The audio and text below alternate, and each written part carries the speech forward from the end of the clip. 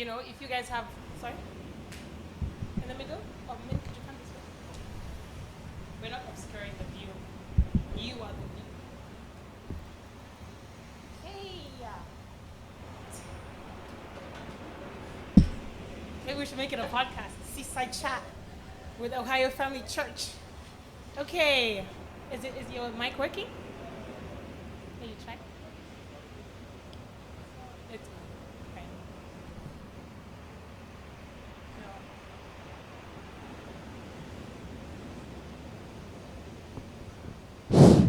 Yeah. Okay, welcome, Minchi. Thank you. Yeah, this feels very interesting. Okay, so we just wanted to get to know you better. First question: were you born near the sea at all? Yeah, I think I'm born near the sea. My hometown is, I guess, 20 minutes driving from the sea. Oh wow, which one? Which ocean? Which ocean? It's the East China Sea, Oh, East China Sea. Okay. to wow. the east of Pacific. Did you go often? Not often. I went there when I was 7 years old, and then 11 years old, and then 15 years old. Oh, so after 7 years, every 4 years, a little trip to the sea. I think it just happened to have this 4-year pattern. It's I see. designed randomly. Okay. Do you know how to swim? I know how to swim, but I only know how to swim in the frog style. Oh, interesting. Why that one? I don't know the freestyle. I heard that freestyle is the fastest, but it's also harder to learn. Frog style, we only need our power from the legs, but not a lot in the arms or something, and Okay. not making us trying to float in the water. We only need to push. Oh, to push forward, right? mhm. Do you know how to float? I know how to float, but typically when I was in the water, I tend to move around, and then I start to sink. Right? Same. I sink regardless. But okay, thank you. So what is the name of like your hometown? Ningbo. Sorry? Ningbo. Spell for me. Yes, I can do Ningbo. It's this. Ningbo? yeah, it's a city in Zhejiang province, which is near Shanghai. Oh, which is near Shanghai. So that's like the closest city from where you grew up. 2-3 hours Oh. on the highway. Oh, okay, on the highway. I see. All right. So what about your family? So you mean Like your parents? Do you have siblings? Who did you grow up with? Did you grow up with cousins? I grew up with my parents. So just you I and don't. your- I don't have siblings. I mean, Oh, just you and your parents. Did you have any other family living nearby? almost all of our family live nearby, unless or except that some siblings of my grandfather lives in Beijing, and both sides.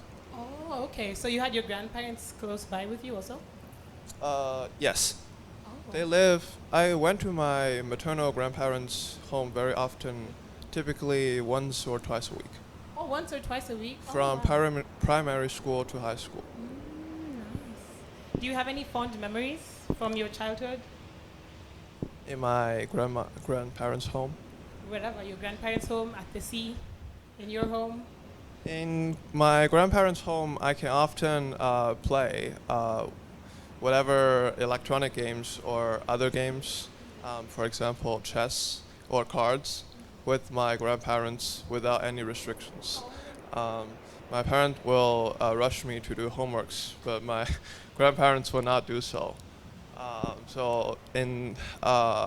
I always looking forward to go to my grandparents' home, because there I can play as much as I want and don't need to worry about my academics. Oh, wow. So the grandparents' place was a place to relax and to, Right. yeah. And did they give you a lot of food? Yes, especially meat, because I like to eat meat a lot in childhood and Oh. also teenager. And also what? Teenagerhood. So they'd always just give you meat and games, your grandparents. Meat Yes, and yes, games. yes. Okay, that's great. So what's like your favorite food? When you went to your grandma and you were like, if grandma makes this today, this is the best day. Before it's pork belly. Then after I came here, because in the dining hall I cannot really have access to the pork belly or something. Unfortunately. So my focus is kind of shifted to foods that has more nutrition values. So now the food I like is like chicken thighs or something. Oh, okay. So from pork belly to chicken. It's not too difficult of a shift, you know. I thought he was going to say salad. I was like, okay. In terms of flavor, now I also like to eat shrimp or fish, Shrimp or but fish. that's very hard to get in. I mean, in this landlocked Columbus. Oh, yeah. Yeah, in the dining. I see. Okay. All right. So at least how was it like growing up or going to school from your like primary school when you were younger? How was school like? School is good, but it starts really early. It starts at primary school start at 7:50 AM? a.m. And then it keeps going on until 3:40. But the good thing is, even if I mean there is not a lot of homework in primary school, that's good. so every day when I like to go home on my own, because if I go home on my own, I get my home at around 4 and my parents they're still working, so I can watch television. Oh. Uh, So you'd walk home? I walk or take bus. Oh, okay. Yes. In middle school and high school, things are a little more harder because I get off at 5:10. This is when you leave the house? No, 5:10 is the dismiss time for the school. Oh, I see. I thought you had to wake up at 5:10. Oh. Yeah, so then I have to get home quicker if I want to watch television. Oh, I see. So what time did your parents get back home? 5:30 or 6, but I need to hear the sound of the electronic bike. Then you know, aha, that's your like your parents coming. Oh, I Yes. see. Yeah, I'm Chinese. I know a little Japanese, and I know Korean by watching Korean soap opera. Oh, we unlocked a key. Which is your favorite Korean drama that you're watching? Or what are you watching now? I'm not watching now. I watched in 2018. Oh, It's the name is Spy. Spy. Yeah. Okay. So that's the one that you watched. Yeah. I think it looks good to me. Okay. Nice. So you got out of school at 5:10 in high school, and your parents might be home at like 5:30 or 6. You said. Yeah, 5:30 or 6. It's indefinite in this Oh. time period. Okay. So that's not much time for sure. You got 5 minutes and then the bike. Okay, I see. I have to cool down the television so that they won't tell. Oh! Or they can't tell I watch. So what are you fan? Wait, really? Yes. Oh, so funny. Otherwise they'll touch the TV and they say the TV was hot. Uh-huh. Mean, what have you been doing? Yes. That's so interesting. Wow. At least you had the TV running. I know I had an uncle who he'd wake up in the morning and so his kids don't watch TV when they come back. He would take the remote he'd take the remote to work. And and only when he came back with the remote would he, put on the TV and play the news. So his kids, anyway, This they only als- had the weekend, so at least you could cool down the TV. This also happens with my parents. They also took the remote. Oh, But I learned how to use the television just by the buttons on the right? TV. And then when your parents come back, you have to act like you were sad. Oh, I didn't watch anything today. Yeah, I have to reset everything. Also, if the last channel that was on was news, they have to come back when they turn it on. Right. Okay, I see. Smart. Okay. Interesting. Okay, so while you were in school, do you have like a friend that you like remember, a friend that you were close to? I have lots of friends Oh, in that's great. middle school and high school. We remember each other a lot because we are doing homework together. There's a lot of homework in the middle school and high school, so that we have a lot of experiences. Okay. And was the like for high school, were the classes structured? Like, did you go to like a specialized high school for a specific thing, like maybe engineering or science, or did you just have to take any classes? I think the high school I go to is kind of general. We Okay. learn almost everything. What we have in high school is Chinese, math, English, and chemistry, physics, biology, also history, politics, geography, and then computer science. Oh, okay. And you had to take all of them? Did you have a choice?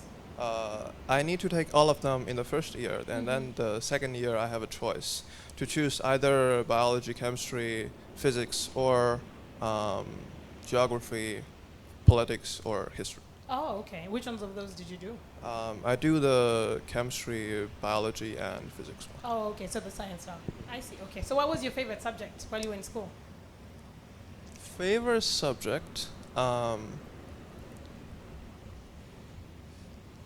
actually like biology a lot because at that time I think biology is the easiest applicable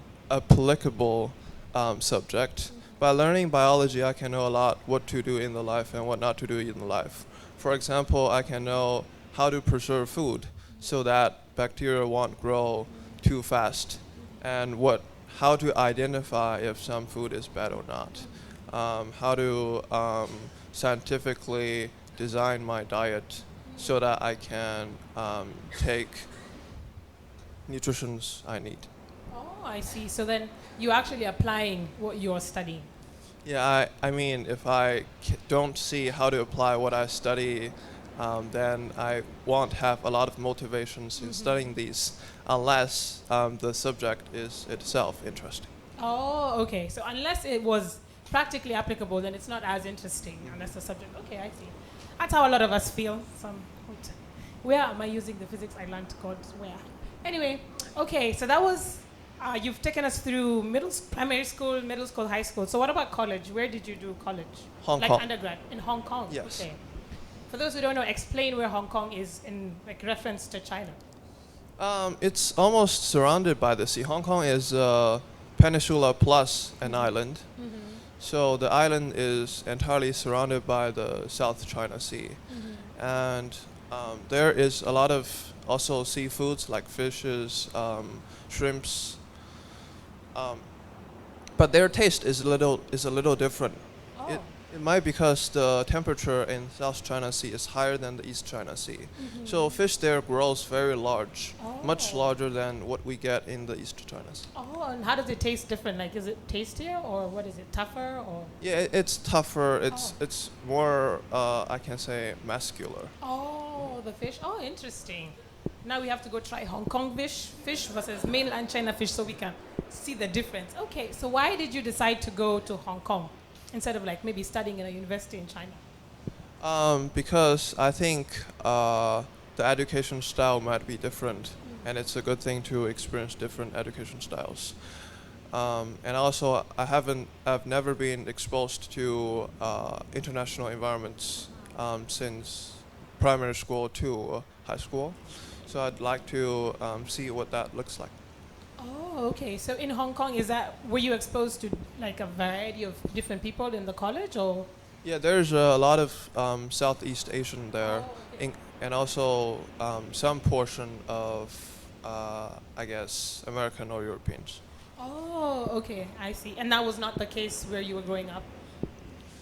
When I grew up, I was totally surrounded by people of the same race. Oh, okay, okay. I see.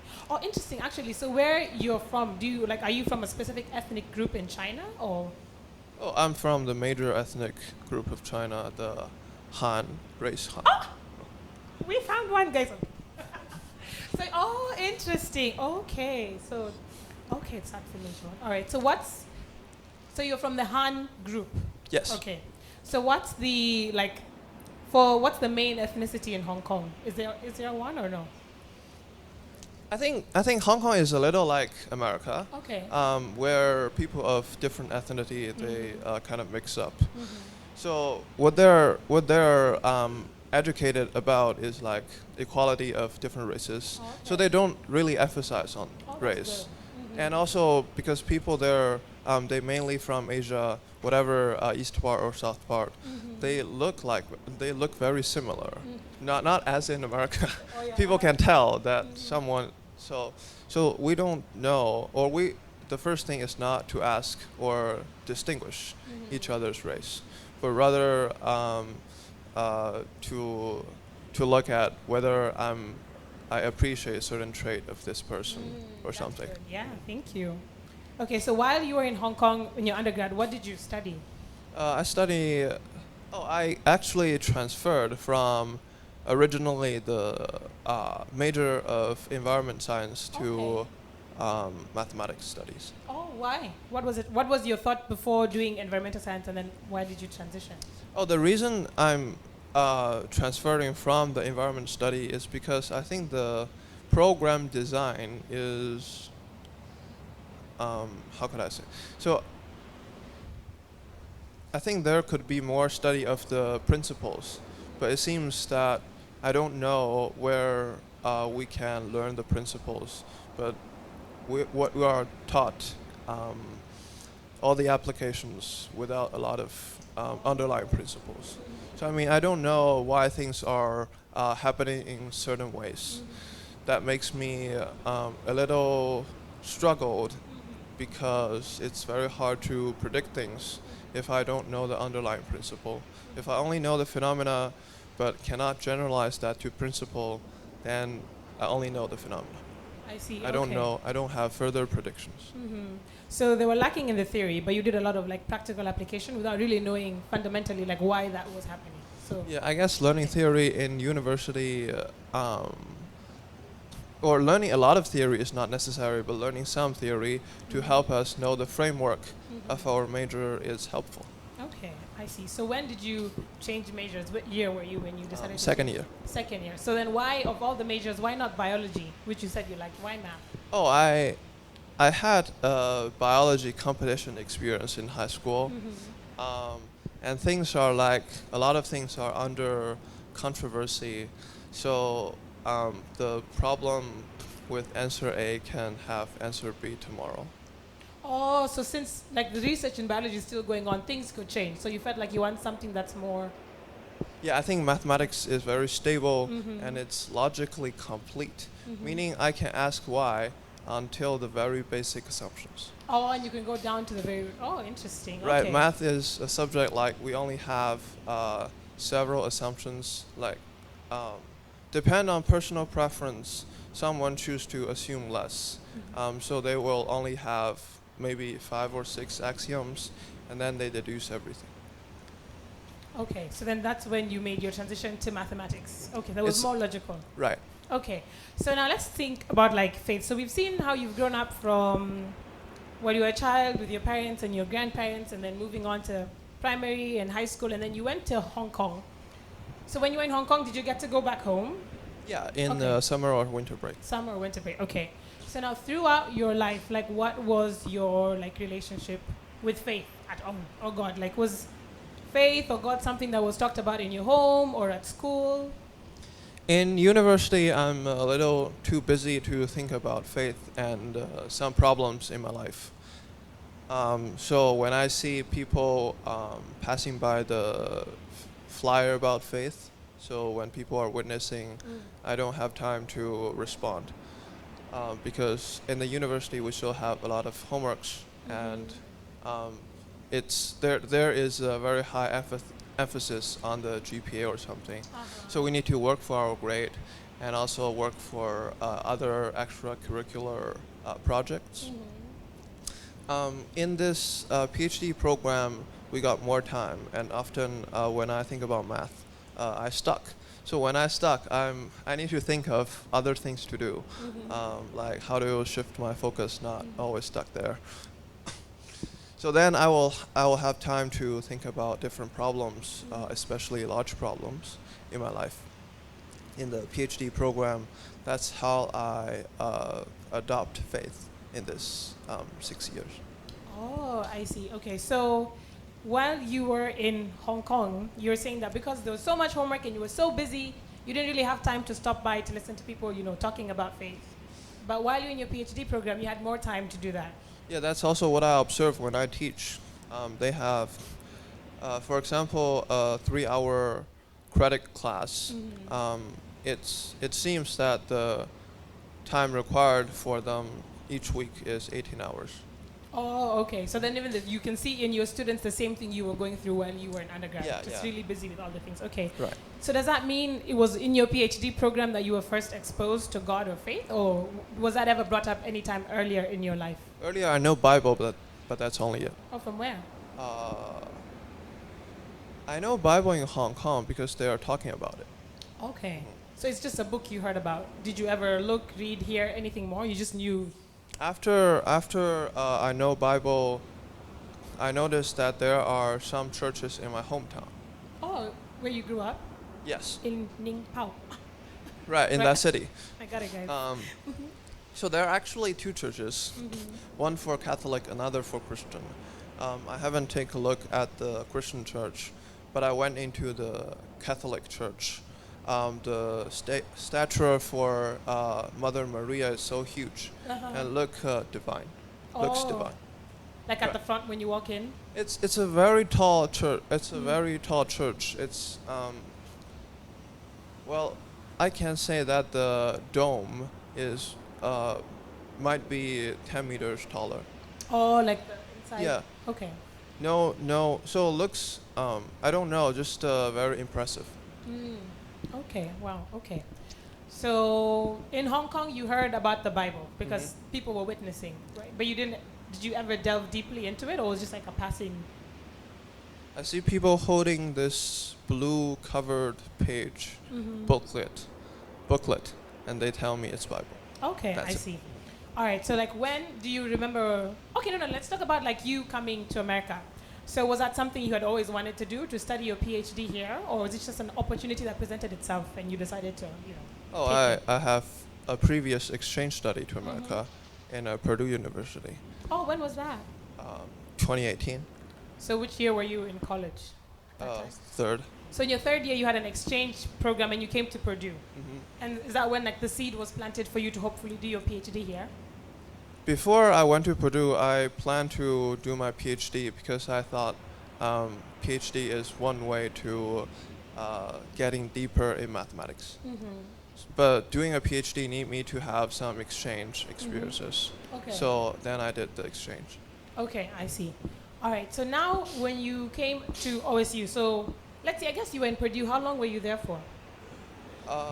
1 semester. 1 semester. All right. And then, so you went back. That was your third year. You completed college, and then you came to OSU for your PhD. So what was it like making the transition? Like, what was something that you struggled with the most? Not, it doesn't have to be a difficult thing. Like, it could be like, oh my gosh, they have those shrimp, you know. Like, what was the thing that you were like, oh wow, America, you know, this is not easy for me to like overcome. And then maybe now you're like, oh wow, actually. Right. At first, food. Uh-huh. Food here tastes a little different from that in Hong Kong. How so? They take different cooking styles. Mm-hmm. Food here is typically grilled, steamed, or Fried, maybe? right fried. Mm-hmm. But they're not deep. They're not stir and fried. Stir and fry is very common in Chinese cuisines, but not common in America diet. But still, I try to drop my flavor preference and adopt this nutrition preference. But still, I find something with good nutritional value does not taste good, like cottage cheese.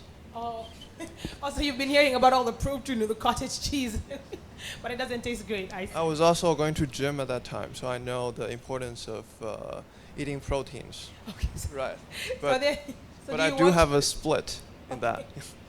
So are there any YouTubers you watch? Sorry. Do you have any like YouTube influencers who tell you about like what to eat when you're working out, or how do you know that you should take like cottage cheese? Like who introduced cottage cheese to you? Oh, I first searched the blog how to take cheese effectively or how to take cheese in a right, and then I got cheese. Ah, I see. But they said cheese are classified into two kinds, dry one and wet one. Did you guys know that? Because you'd never looked up how to eat cheese effectively. These are things you need to study. Right. Okay. Dry cheese, they contain a lot of fats. Okay. So that's why I don't choose the dry cheese. And wet cheese like cottage, it contains almost no sugar and no fat, but only protein. Mostly protein. It's- Okay. It's we like a learned something today. It's like a protein shake. Okay. Oh, okay. We see. All right. Okay. So one thing that was not so easy for you, you said, was the food, right? Right. And also another thing is Sorry. sorry. And then, so what was the other thing? The other thing is I don't have this will to take initiative very much at first. Uh-huh. When I first came here, Mm-hmm. I'm always like waiting for something to happen, but I don't know that I can make something happen. Oh, like on your own. Okay. Mhm. Is that because of like a habit that you built up? Like things you'd always kind of be told what to do or just be involved in things, but you never really initiated things. Right now, I realize that America is actually a place where a lot of resources is available upon request. Mm-hmm. So if I have the initiative, I will have access to a lot of resources, which help me to grow up. Oh, okay. That's interesting. So now you learned that you could do something you wanted and the resources would be provided to you. Right. Okay. All right. So tell us about, so when you came here and then you said when you were studying math, if you got stuck, you had more time to think about different things, right? To think about like problems or maybe philosophy. So tell us the day that you, I guess, you encountered Neo-san. What was going on? What was happening? Oh, How I did ju- she approach you? I just finished the candidacy exam. Oh, for your PhD, your candidacy Yeah. exam? Mm-hmm. So then, when I was walking to the dorm on the oval, I met Mio-san and Kaori-san. Mm-hmm. They asked me, it's the typical way of doing witness. First, 8-question card, whether you have any idea for these 8 questions. Mm-hmm. I don't remember my answer. But what were the questions? Do you know any of the questions you remember? Do you believe that God exists? Do you think the world is good? Do you believe the return of Jesus? Mm-hmm. Something like this. Okay. Purely theological. So they just asked you and then you responded with what you had. And then what happened from there? Then, oh, I remember they did not tell me explicitly the name of the divine principle. Mm-hmm. But they showed me a larger card Mm-hmm. with several graphs. Mm-hmm. So there are like graphs for what I know now, 4 foundation position or Mhm. 3 stages. These kind of graph. Mm-hmm. Um, So Yeah. did you meet them like periodically after that, or like what was the progression? From yeah, then? that after that we meet periodically, and I start to study the divine principle. I feel that the mind-body unity is really helpful for me Mhm. to know what is in my subconscious, Mm-hmm. and then try to align myself or align my body and mind, so that I won't be having split and feel struggled, Mm-hmm. hopefully anymore. A Jew, okay. So when you started, right, like what made you keep learning? Like you could have been like, oh yeah, I'm busy with my PhD and gone. Like what made you keep learning after? Oh, at first, after learning math, I realized that people always have a lot of perspectives towards the same thing. And their perspective is typically determined by how they grow up and their past experiences. So I'm thinking I'd like to know other people's perspective of this world, how people are thinking about this. So when I know this, I have a broader view of the society and their opinion towards something. Okay, so you just wanted to learn like how they view the world. So that's why you kept learning. Or how Christian view the world. Oh, okay, I see. All right, okay. All right, so now what's, like, let's see, I guess that's a different question. So, what is, like, something, so you talked about mind-body unity. Like, is there anything else that you found, like, oh, this is really, like, helpful? Not just, like, from a theological point of view, but, like, practically, because you're someone who also thinks about how to apply it. So is there anything else that you learned that was like, oh, Actually, I learned something from Yosan and her accompanys. So what shocked me is they have really a strong will to help each other, which I think is, or the extent is not common in the outside world, outside of the church. So the reason I think is because they serve in the church for a long time, and the environment in the church is like I help you and you help me. So they have this strong will to help others, but the outside world might be a little different. So influenced by these feedbacks, people might have different willingness to help each other. Yeah, that's what I observe from them, and also the reason I speculate. oh, okay. So you could see that they have a willingness to help not just each other, but other people. And that was, I guess, inspiring or drew you in. Yeah, because I think it's uncommon, so there might be some reason underlying it. So then I'm trying to think how they look at the world and trying to think what environment they are in. And then I think it's because the church is so. Um, I mean, there's a lot of people helping each other happening, so that they feel this is common, and then they're willing to do this for others too. Oh, I see.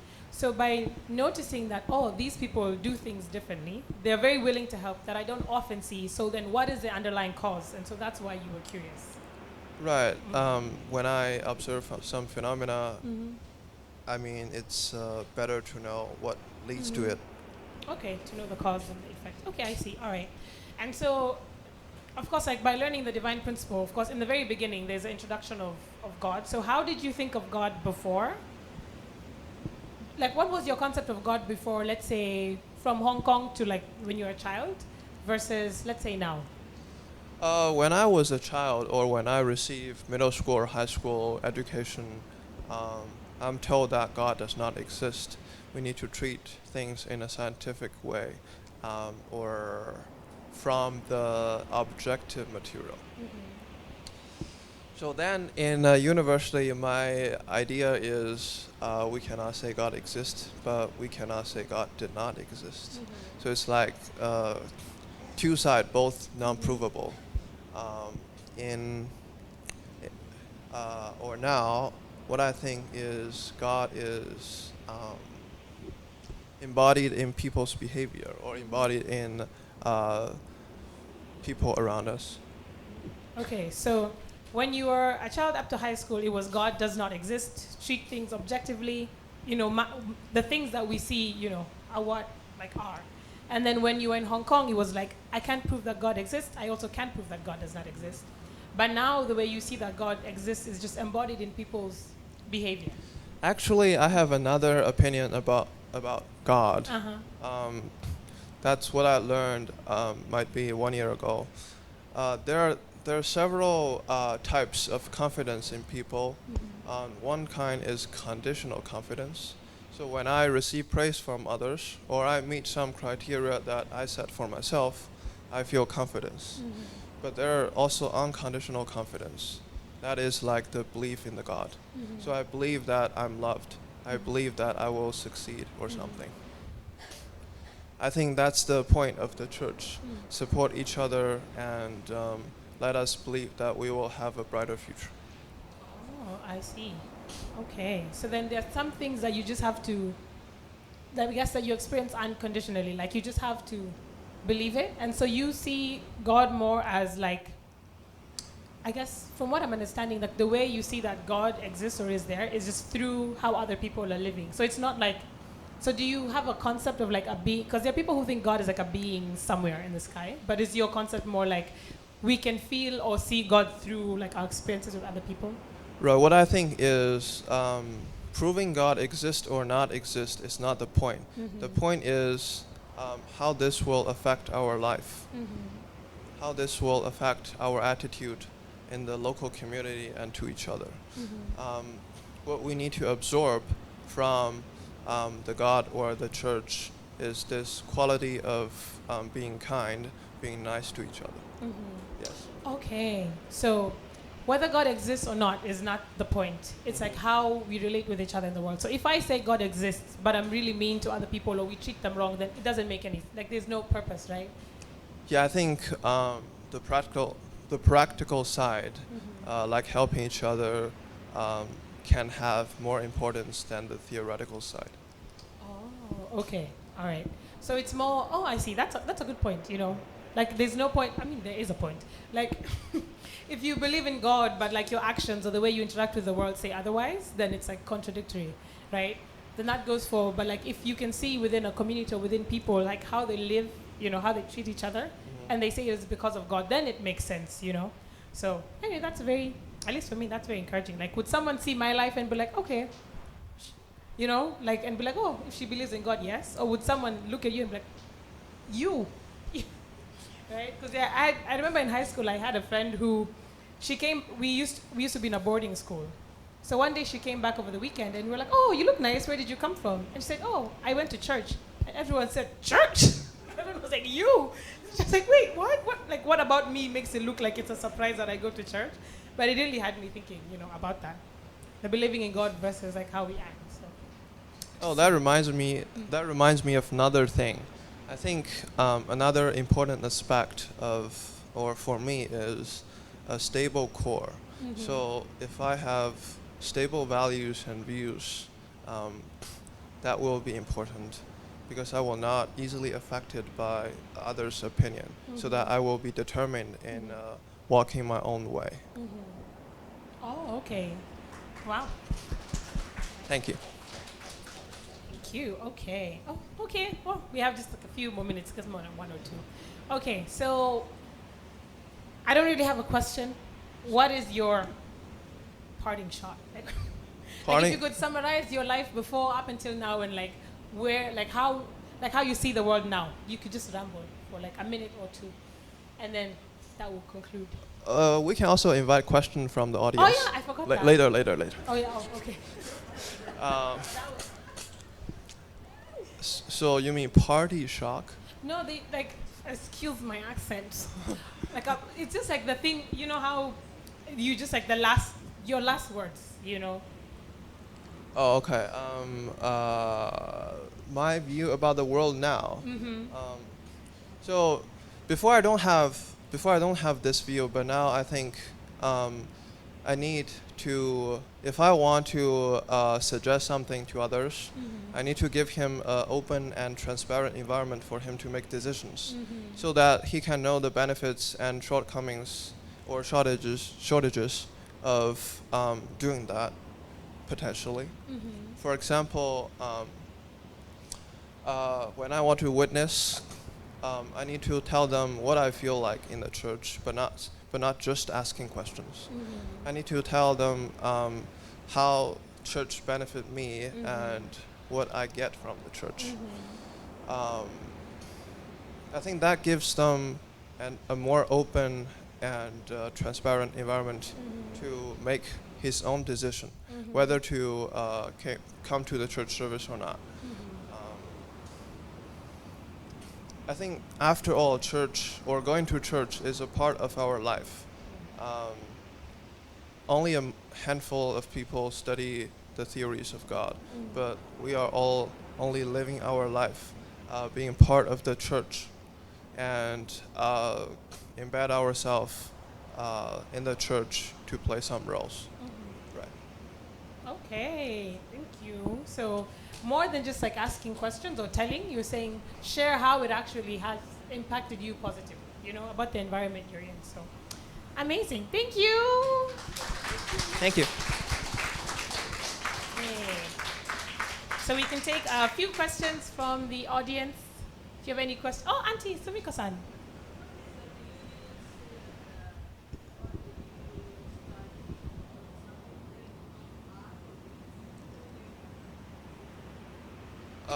No, I have music in my high school and middle school, but that's typically the time where we do our homeworks. Oh, so instead of you doing music or art, you're like, I better finish my homework. So it's like there are too many homeworks. So then everyone, while our teacher is talking about the music theories, we are tucking our homework under the table. Oh yeah. Oh, I've been there. I see. Okay. So you need more time, right? They need to give time for also art and music, just as important as the sciences as well. Right, and since I have time in this PhD program, I start to appreciate music and art, because they're also one factor to keep us relaxed and for us to produce better outcomes in our professional or industry. Right. So I think music and art, they are powerful, although I'm still improving my ability to appreciate them. Thank you. Any other question? Oh, Uncle PG. How do I, sorry, what my education? How do you finance your education? Like a PhD program is what, 7 years long? Oh, 6 year. I've only been 5 years. Okay. PhD is financed by the university. My university is financed by my parents, Oh, okay. together with some scholarships. So now you know. If you want to do a PhD program, you get a fellowship. But I don't think that's the case for history, like history or politics. Oh, so it depends on what you're studying. Typically, if it's science or engineering, it's more likely to be funded Oh, fully. then okay, the humanities. I see. Any other questions? Okay, thank you so much, Vin. Thank It you was too. Nice talking to you. Maybe